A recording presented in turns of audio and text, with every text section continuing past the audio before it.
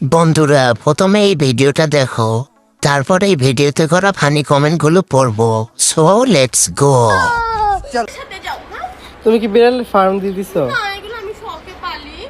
আমার বিড়াল পালতে অনেক বেশি ভালো লাগে, সেই জন্য আমি পালি। আমার বিড়ালের 3টা বাচ্চা দিয়েছি। যাও যাও যাও, মায়ের সাথে যাও। আসো আসো আসো আসো আসো আসো আসো আসো আসো না মা, আসো আসো আসো আসো ফিউ। আসো ওলে আমার টুকটুকি।